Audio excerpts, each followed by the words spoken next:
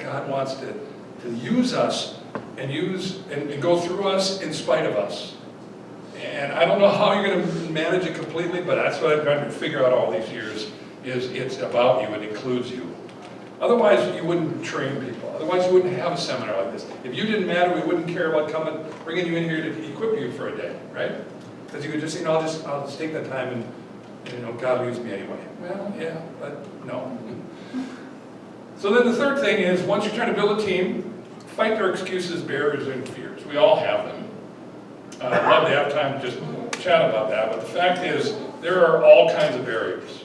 I've just quickly thrown a list up of ones that I've come across over the years, especially when it comes to the next generation. Insecurity, a sense of I can't do this, I'm not funny enough, I'm not cool enough, I'm too young, I'm too old, I'm an introvert. All the excuses you have in your head, pay attention to them when you're recruiting people, but don't let their barriers define them. Because I have watched people over the years see God use them even though they feel inadequate. And their faith has grown and their skills have grown and they've worked well as an introvert because they think only youth ministry can have extroverts. They're afraid of the kids. A lot of times adults, really well-managed, healthy adults, when they get in a room with middle school kids, all their middle school memories come up and they're like freaked out. They're like, I hated middle school all the time. And they feel insecure all over again. It's like, yeah, that's part of the deal. So sometimes it's overwhelmed. Whatever it is, just listen to their fears, but don't let their fears completely dictate. Again, whether it's on a worship team or in a ministry setting or whatever, it's often people have these voices. They call them our little Pharisees, a little scribe in our head. That says, you're not that good, you're a failure, you can't, kids will never like you. And so a lot of times we try to gloss over those. I think it's good to pay attention to them, but not let them define us. And so however you make that work is to understand that. And then while you're doing that, always remind people, program is important, programs are critical, but programs are always a means to an end, and the end is always the person. It's always the relationships. It's always the person that we're talking to. Allie was the reason. The program was essential, and we had to do it well. But really, all of that is to get them in the room, to get the gospel presented so that Jesus can be proclaimed. But it's the person that matters. And over my years, I've just learned that it is about the relationships that matter. It is about the people. And my last one, I'll tell a story of a kid who I'm working with on that regard. But the great text is this one. I love this text. We're delighted to share with you not only the gospel of God, but our very lives as well, because you become so dear to us. And folks, it's always a both and. You can take that verse and turn it this way. We just wanted to live life with you. We loved you so much. We just want to get to know you and live life with you. But that's not the whole text. It isn't just being with people. It's being with people entrusted with the gospel so that we can proclaim the gospel. It isn't just about function and teaching and content. It's not just getting through the worksheet. It's always the 4 kids you have in the room. Because it's a both and. I want to teach you about Jesus, but I want to love you along the way. I want to care about you along the way. And we have to lean into both of those as well. Another idea that we'll just see if you have a question. Building a team, just always remind you of something. No good idea doesn't take time. Every good idea takes time. It takes time to build a team, to move them from their mentality of chaperones and shepherds, to get over their fears and barriers. There's always time involved. And I sometimes have been, maybe I'm the only one in the room, sometimes I've been impatient. I just want results quicker. I want things to happen on my time schedule. But I think it takes time. And it takes time to change any culture. The way I define culture is this. It's the way we do things around here. Of course, I just sat in a seminar about the rural and the urban and talking about the culture, the way this group, this kind of person or with this historical background, the way they think and do things, and these people. That's the culture. The way you do things around you. You have a church that has a culture. The way you best want to, if you don't know your culture, ask a visitor. They know it. They can spot it right away. They're like, wow, why do you do it that way? Because that's not the way I grew up in my church, or that's not the way I do it in my family. You ever been, any of you married? Yeah. You married a crazy person from a different family culture, didn't you? Because they argue differently, They do birthdays differently. They have different rules. You thought we were so in love that it was all going to be okay. Well, then you realize, man, we got to unlearn some stuff. Because everybody has a culture. Every organization has a culture. Every church has a culture. Every family. It's the way we do things around here. And part of leadership is figuring that out. And if you really want to change that culture, it's going to take time. Just because you learned it in seminary doesn't mean you're going to get it implemented in your first church. It just takes time. So it takes time to figure that out. And while you're doing it, you're going to have to get practical. You're going to have to be specific about this is what we're going to try to do. And be clear about why you're doing it. What's the hope for outcome? What's the desire of the whole thing? Without being practical, specific, and clear, you can name great ideas. Been around this? Just ideas are awesome. And then you walk away constantly with the sense of, but I have no idea how we're going to ever do that. I call it the now what's. If you can't land the plane, then it's a great idea, but it isn't real ministry. So with a team, you're going to have to land the plane in the practical, in the specific ways that you're going to build your team in your context. And folks, the way you're going to do it in your context, based on your church culture, will be different than the way she'll do it in her context, in her culture. And so you have to know that as you begin. But you have to be clear. Otherwise, I have another phrase I say a lot, which is vagueness is killing the church. This is really true around the gospel. Vague ideas. We're giving the next generation, biblically illiterate generation, vague ideas that sort of sound good, have a little bit of Bible, but we have really no idea what that means in real world. Just, God is love. Okay, great. And then we have no idea what that really means. There's no practical, specific application. We do this all the time. I speak at youth events, and the adult committee creates a theme, because 15-year-olds need to know the theme before they'll go to a retreat. Sorry, I'm cynical. It's important, but guess what? It isn't what matters. But then we'll make a theme, and I spoke with one last year, be a light. Right? Be a light, too dark. We'll tell them 50 Rubens, high school kids, go be a light. Ready? Go. It's like vagueness is going to kill us. I don't know, I get it, but no, don't. I mean, it's just enough Bible to get scary. I mean, just don't put your Bible, don't put your light under a bushel. Take the bushel off. And go shine your light. Ready, go.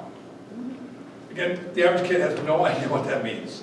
Now, I'm not opposed to starting with the big idea, but until we take a big idea into the real world, your team can't really be your teammates. They'll applaud you because they don't understand what you're doing in the practical level. And so we have to take time, go from there. And so with that, here are a couple ideas. Don't assume that they know what you're doing, why you're doing it, and how you're going to do it. Don't assume they're on board.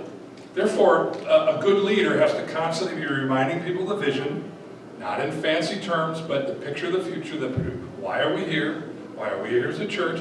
Why are we here in youth ministry? Why do we gather children together? What's the passion? What's our hope for outcome? What's the belief? What the values? Don't assume that they get it. See, marketers understand it. McDonald's understands it. You need to go to McDonald's and get a healthy meal. And what they do is they don't repeat, they're not redundant. Redundancy is saying the same thing the same way, and it's boring. Repetition is creatively saying the same thing in ways that bring people back to the main point without being boring. And McDonald's does that all the time. The church, sometimes we just think, well, we have the vision statement on the wall. Everybody knows it. Don't ever assume people know it, whatever it is. So that's the first thing. Don't assume. Learn to repeat. Repeat your core values. Parents, family members need to do it. Repeat your core values. This is what I would say, this is what McLuens do. This is what McLuens don't do. Remember, Ryan, we don't do that. Yeah, but I don't care. That's what we don't. You repeat yourself. Again, not in long lectures or 40-minute sermon, but on the moment. Don't forget why we're going to gather here tonight, and just point to a person on your team. Don't forget, we're here for this person. Look out for the person. Let's take our 60 seconds. Repeat to your leaders, repeat to your people, so that they just, in case they've drifted that week, or that month, or that you just pull them back. Here's why we're here. Here's what we're hoping God will do. and then get really practical with them so that they can figure it out. Here's what it's going to look like. Again, it depends on if it's on a worship team or in a children's meeting. The practical piece flows out of this is what we're trying to accomplish, and here's how we're going to get there. And maybe we're going to position people in certain parts of the room so that we can do the accomplishment. I used to have a rule with my leaders, 2 rules. One was no clumping. I jumped ahead of myself. PowerPoint keeps me linear, but I'm not linear. One was no clumping. Here's the reason why I say that. No 2 adults can stand next to one another. No more than 2 adults can stand next to one another in a room when a teenager is present in that room. Why? Because why are we here? We're not here to talk to each other during the hour of youth group. We're here to be with those kids. I'll talk to you before and after. I'm not talking to you during youth group. Because I'm not here for you. Just for no clumping. And so what I'd find is youth group starts at 7. Kids, a few kids show up at 6:45. And maybe go to the back corner at the football table or sit at the couch or whatever. And 3 adults are finishing their coffee and get jacked up for youth group, they're getting ready. And I would walk over and say, oh, by the way, no clumping. You watch them go, oh, okay, great. Kind of fear away from what's secure. The 3 adults with coffee is secure. 3 middle school kids in that corner, that's really insecure. No clumping. That's why, remember, we're not here for you, we're here for them. The little ways sometimes in jokes, but to remind them, why are we here? Get really practical. No clumping was the rule. The other one was wall scraping. We talked about wall scraping. And that meant we're here for all the kids, not just the front row motivated Christian kids who know all the songs and know the motions and are really here and they brought their Bible. We're here for you in the back too, the problem kid. And we're just scrape the wall and see who we run into. And now, by the way, some people don't have the gift of wall scraping. So don't send them there. That's not their gift set. But if you have somebody, you find them and you go for it. And so I got to remind that. I find myself, it's interesting because I volunteered at this drop-in center, and we have some young high school kids and college kids volunteering, and they do a lot of clumping. And I'm finding myself, I'm not the youth pastor, so I'm not in charge, but in my head I'm going, no clumping, get out of there, quit clumping. So I'm talking to my youth pastor about how can we help them not clump so much? Because it's easy. The thing is, whatever it is, whatever your vision is, affirm it when you see it.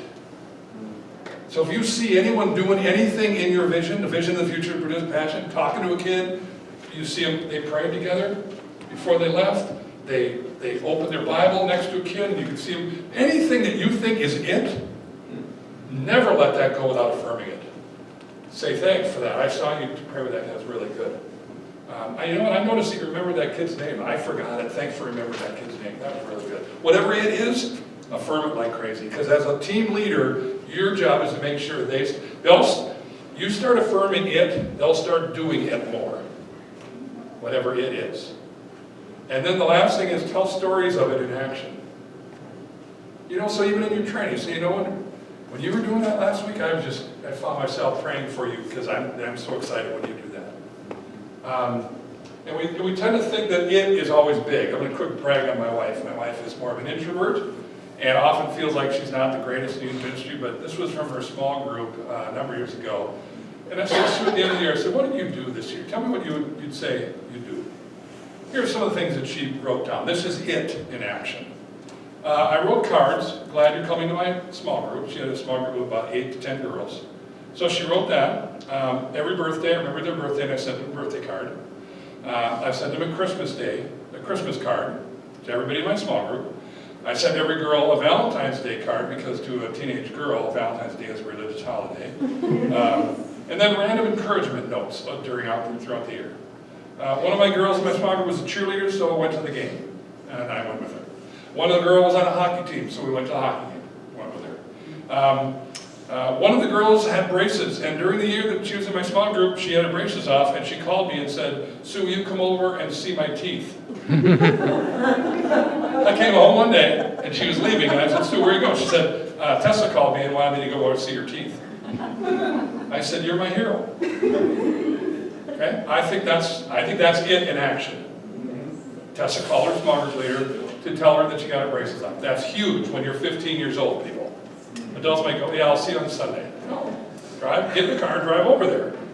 So she did that. They had an overnight Thursday night suppers. The girls would come over and make supper, and my ministry was to eat it. Helping out with the snow days at school, snowball fight after church, random texting, a couple retreats, a mission trip, service project, et cetera, et cetera, et cetera. She made this long list of it in action.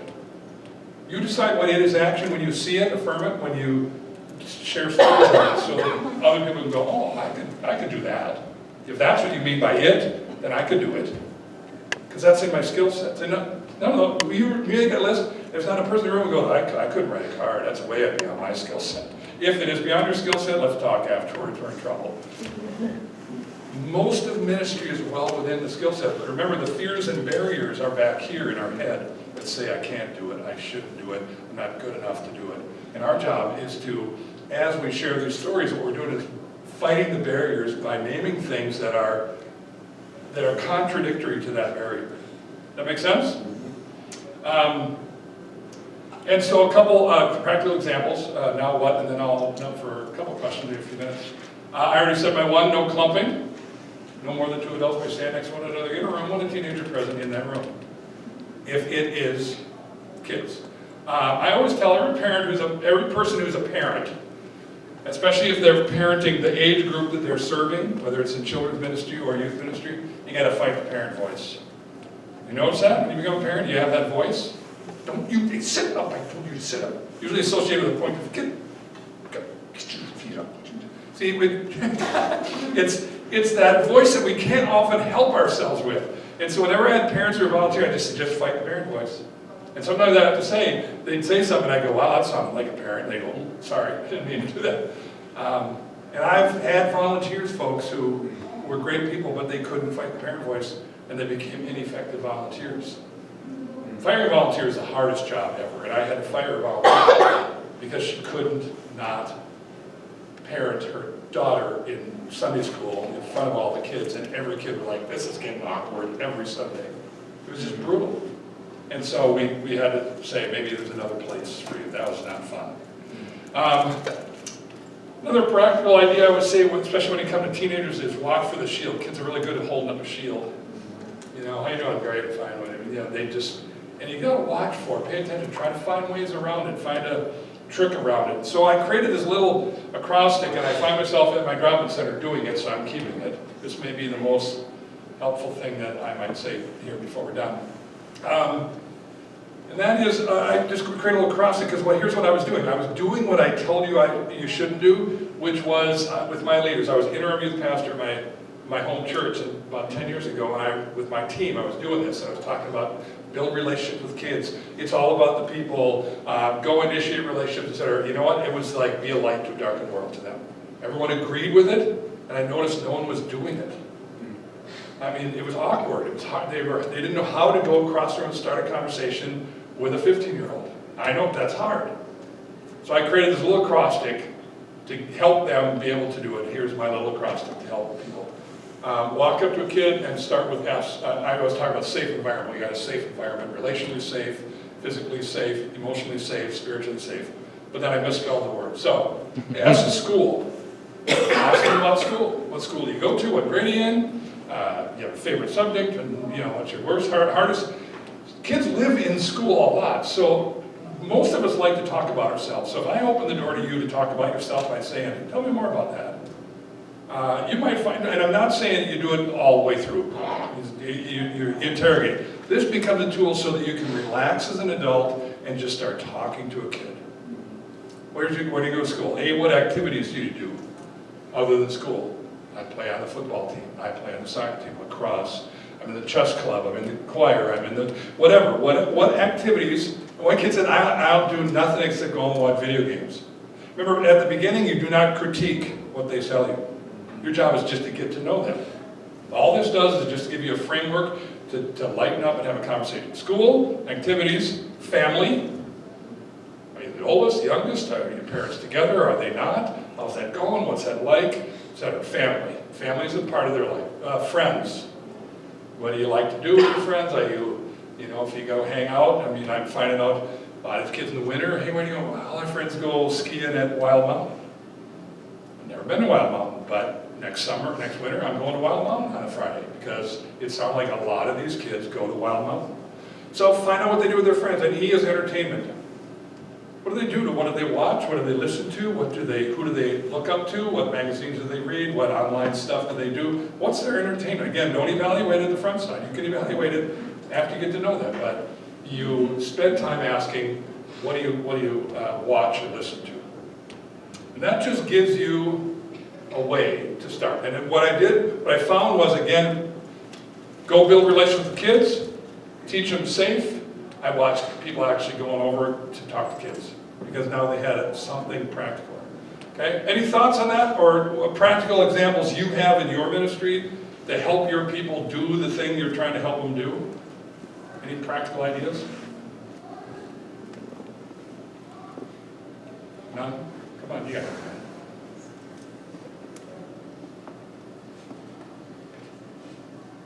If you don't, then keep working on it. Okay? We have a monthly meeting Yep. with our leaders, and at that monthly meeting, I hand them all postcards to write to their kids, and then Give them 2/3 of the work is they hand them done. back to me, and I address them, I post them, but that's a way that I've already got their attention. And then this last December, instead of writing to the kids, I gave them all Christmas cards to write to the parents. Oh, good. Any direction. So you're helping them do the thing you've asked them to do. Two more quick things before we run. Number one, always remind them that this is about attendance, not just attendance, it's about transformation. It's about the gospel that maybe it needs to implement and change a life. And so the last point, I'm going to jump ahead, skip this one, is, well, don't skip it, listen to them. You know, pay attention to them as people. What do they need? What are they frustrated by? What do they get excited about? And lastly, your shepherds have to be growing spiritually. 3 minutes. 3 minutes, okay. Shepherds have to be growing spiritually. So don't assume that because they're coming to church and they're nice people and they, are good youth leaders, that they don't have a need for some place to grow spiritually. So in your training, don't have it all be content. Once in a while, remind them of God. Remind them of a passage that holds meaning to you that you want to share with them. And it can be by email, it could be in a phone call, it could be before a meeting, it can be during your monthly meetings. But you do need to meet regularly. What you have to figure out, I'll put these up real quick. You do, again, every context will be different, but you have to find a place where you could meet. Some people meet right before the youth group for 15 minutes, and we do a quick check-in, we give them the schedule, we pray together, we hand out our postcards or whatever. Some people do it that way. Some people try to do it afterwards. Some people do a monthly meeting. Some find that more difficult. Some do it, whatever works in your context. There has to be some meeting that's safe, meaning they can be themselves. They can say, my small group is really, really hard. I'm finding myself not wanting to come anymore. It's just these kids are brutal. They have to be able to admit that to you and to each other. If you create that safe place, you're going to be healing. You got to keep teaching them. You got to help them grow spiritually, help them experience God, help them notice what God is up to. Adults get busy and distracted too. So sometimes they just need your perspective to say, that's really hard. Let's all now just pray for Sarah as she's leading that group. It's really hard. And they feel supported, they feel cared for, but sometimes we have to stretch them as well. And building a team is tough. I get it. I'm now a volunteer on a team, so I get it. Sometimes